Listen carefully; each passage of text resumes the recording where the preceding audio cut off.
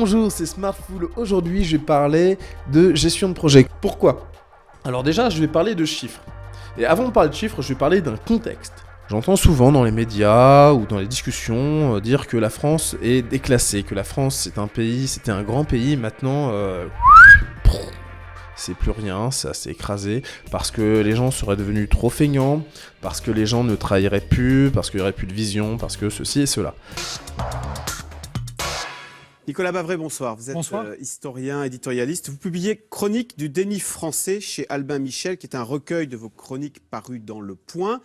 Dans ce livre, vous dites que cette élection présidentielle en France, en 2017, est décisive parce qu'elle peut marquer un coup d'arrêt au déclin, justement. Alors, est-ce qu'elle vous semble bien emmanchée, bien partie, cette élection ? Je dis ça avec un peu d'ironie, évidemment, cette élection présidentielle. Alors, elle est décisive de deux façons. Elle est décisive pour la France, parce qu'effectivement, après 35 ans, peut-être même 40 ans de déclin, c'est une des dernières chances de construire le redressement de manière pacifique et démocratique. À quoi ressemblera la France en 2025 ? Le commissaire général à la stratégie, Jean Pisani-Ferry, vient de remettre à François Hollande son rapport sur la France dans 10 ans. Alors Axel de Tarlé, ce n'est pas un exercice de futurologie. Le rapport fixe un vrai cap pour redresser le pays. Voilà, alors d'abord le constat, Jean Pisani-Ferry a voulu vérifier qu'effectivement c'était bien vrai, que la France était sur le déclin. Alors oui, malheureusement c'est vrai, si on se compare avec les grands pays qui étaient globalement aussi riches que nous il y a 25 ans, eh bien oui, nous avons décroché, nous sommes aujourd'hui 6% moins riches par rapport à eux et nous avons décroché également en recherche ou en performance scolaire. D'où cette angoisse. Jean Pisani-Ferry cite Tocqueville. La France, dit-il, n'est jamais aussi heureuse que quand elle est imitée. Or, c'est un fait, la France n'est plus imitée, donc elle est malheureuse. Bon. Là-dessus, je vais quand même donner deux chiffres. L'un, c'est sur la fainéantise. Est-ce que les Français sont feignants ou non ? Selon les chiffres de l'OCDE, que tu verras dans la description, il y a le Mexique et le Costa Rica qui travaillent beaucoup, à peu près 2000 heures par an. Et nous, on est aux alentours de 2500. On est devant l'Allemagne et un peu en dessous l'Angleterre. Donc voilà, on n'est pas au top du top, mais on n'est pas non plus totalement déclassé par rapport aux autres. Et j'ai vu dans la presse, par exemple, que la France travaillait 630 heures, que les Français travaillaient 630 heures par an. J'ai entendu des économistes dire qu'on travaillait 900 heures par an. Le droit du travail, il a été effectivement construit pour corriger une relation défavorable entre l'employeur et le salarié. Pourquoi aujourd'hui on veut le réformer en France ? Pour une simple et bonne raison, c'est que les Français ne travaillent pas assez pour maintenir leur niveau de vie.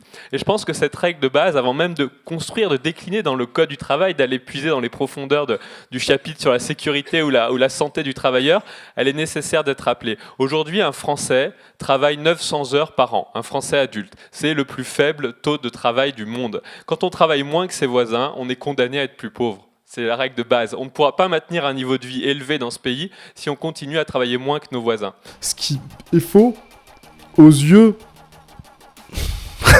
Ce qui est aux yeux les chiffres de l'OCDE que tu verras en dessous.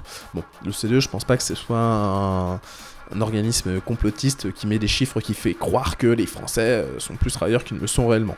Enfin bon, peut-être que certains économistes diront le contraire, mais bon.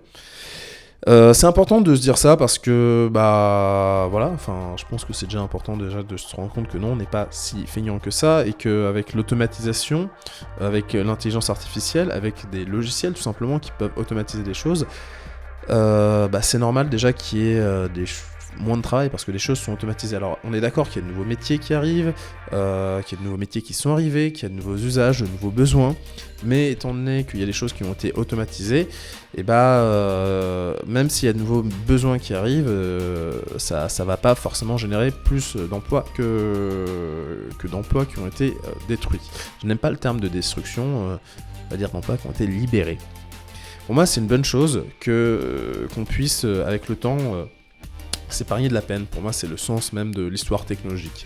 Et si on veut travailler plus, il faut arrêter la technologie. Et moi, je ne pense pas que ce soit une bonne chose d'arrêter la technologie. Je suis en faveur de la technologie parce que justement, elle nous permet de gagner en confort. Et on ne doit pas s'asservir à un monde économique, même si effectivement, il y a des gens qui gagnent beaucoup d'argent et qui aimeraient que la population française soit des esclaves à ça. Moi, je pense que c'est important de se libérer. Bon, c'était le contexte. L'autre point de contexte que je voulais dire, dire donc un chiffre, c'est de dire que oui, depuis qu'il y a eu les 35 heures, l'économie ne s'est pas écroulée. Il faut savoir qu'en 1997, donc quand il y a eu les 35 heures, on avait 1300 milliards d'euros de croissance. Donc chaque année, donc en 1997, l'année de 1987, on générait 1300 milliards d'euros. C'est tellement gros que j'ai un peu du mal à le dire. 20 ans plus tard, en 2017, on générait 2300 milliards d'euros. C'est-à-dire que en 20 ans, en une année, on génère 1000 milliards d'euros supplémentaires. Maintenant, pourquoi j'ai dit ça ? C'était pour poser un contexte sur la performance économique entre guillemets en France. Bon, je pense que j'aurais plus parlé du contexte que du réel point où je veux en venir. C'est un avis personnel par rapport à toute mon expérience. C'est que la performance en fait d'une entreprise, d'un projet, d'un produit repose non pas forcément sur le travail et les qualités des collaborateurs. Ça, le travail et la qualité des collaborateurs rentrent en compte forcément, automatiquement, enfin c'est évident. Mais pour moi, ça ne représente que 20% du résultat final. L'organisation, la gestion de projet, la façon de structurer en fait le projet va rentrer à 80% dans la réussite du projet. Pourquoi ? Parce que j'ai vu dans différentes entreprises, j'ai eu cette chance de voir des entreprises qui avaient différentes façons d'organiser les projets. Et il y a certaines personnes qui étaient moyennes et qui, avec une autre organisation, arrivaient à trouver leur place, arrivaient à être productifs.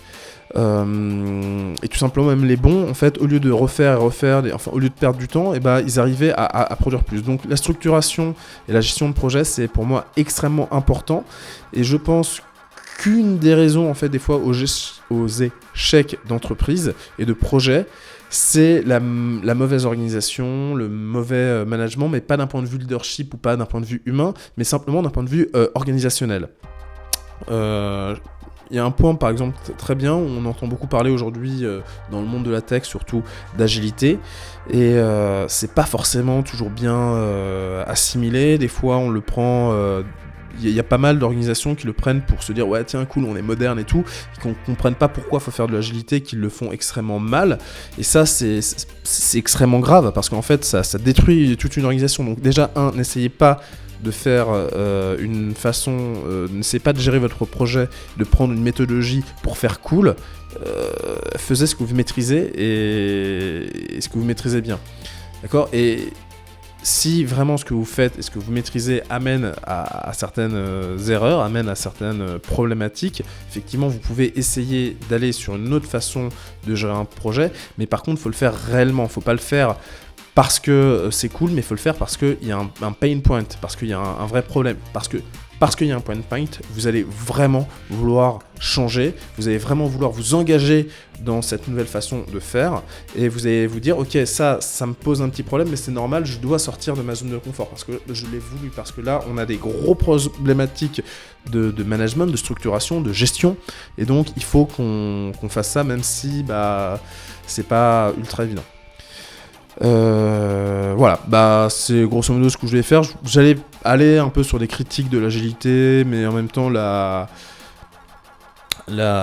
méthode, la waterfall, la méthode en cascade, le cycle en V a aussi ses écueils, aussi ses problématiques, et je vais pas faire non plus un cours là-dessus, sinon la vidéo sera super longue. Mais voilà, le message principal de cette vidéo, c'est que la gestion de projet, la façon de structurer un projet est pour moi primordiale dans la réussite d'un projet. Si tu es en ce moment en train de diriger une entreprise, ou si tu veux diriger une entreprise, sache-le, essaye vraiment de passer du temps à travailler sur ces points-là, et pas à te dire que le plus important c'est le recrutement. Bien évidemment c'est extrêmement important, 20% d'un projet c'est pas négligeable, mais si tu es capable d'avoir une bonne structuration de l'entreprise, si tu es capable de faire monter en compétence tes collaborateurs, si tu es capable d'avoir une bonne communication dans ton entreprise, s'il n'y a pas de rétention d'informations, tes collaborateurs vont s'améliorer, et en plus ils seront heureux, ils ne seront pas frustrés. Si quand ils sont bloqués, ils n'ont pas peur de dire je suis bloqué, et puis qu'on puisse développer la situation, c'est important parce que une des pires choses, c'est aussi les entreprises où tout le monde essaie de faire croire qu'il est légitime à sa place ou qu'il est plus fort que les autres et où les gens vont ne pas dire les problèmes, ils vont même les cacher. Et bon, voilà, je vais pas te faire un dessin, forcément tu comprends très vite pourquoi ça posera des problèmes, et ça, il y a plein d'entreprises qui ne le comprennent pas. Bien évidemment, il y a un point culturel, pourquoi des fois on se structure mal, c'est parce qu'il y a peut-être des points culturels, et donc, moi ce que j'aimerais entendre, c'est plutôt que de tout le temps critiquer les Français par leur fainéantise, critiquons les gens qui sont au plus haut de l'échelle, les managers, pour leur culture d'entreprise, parce que c'est eux qui en sont responsables. Et même si toi tu regardes si tu as une entreprise, essaye de te dire ok, si je n'ai peut-être pas les résultats que je veux, pourquoi? Essaye de faire ton autocritique. Je suis pas en train, si tu diriges une entreprise, c'est qu'a priori tu diriges des gens. Sauf si tu es freelance, mais bon, si tu diriges une entreprise et que tu diriges des gens, tu vas pas me dire oh là là, je suis un faible et tu m'as fait mal, j'ai mal en regardant cette vidéo. Oui, je pense que tu es capable de prendre du recul et te dire ok, est-ce que c'est la seule chose que je dis pas ce que tu fais c'est mal ou non. De toute façon, j'ai décrit quelques trucs, mais bon, je pense pas avoir été piquant. Je pense au contraire avoir montré des petits points qui pouvaient, des petits leviers qui pouvaient te permettre de mieux réussir. Et des fois c'est aussi facile de dire ouais, mais si ça réussit pas c'est parce que les gens sont feignants, cela c'est pas positif. Et à un moment, pour aller de l'avant, il faut avoir un minimum de positif et pas se dire de toute façon je suis dans un moment de merde, je paye trop d'impôts, les gens sont feignants, cela. Ça veut pas dire que les gens sont pas feignants, ça veut pas dire qu'on ne paye pas trop d'impôts, cela. C'est simplement de se dire ok, à un moment il faut être pragmatique, il faut avancer. Voilà. Et voilà. Bon sur ce, je te souhaite une excellente journée, et puis on se dit à la prochaine.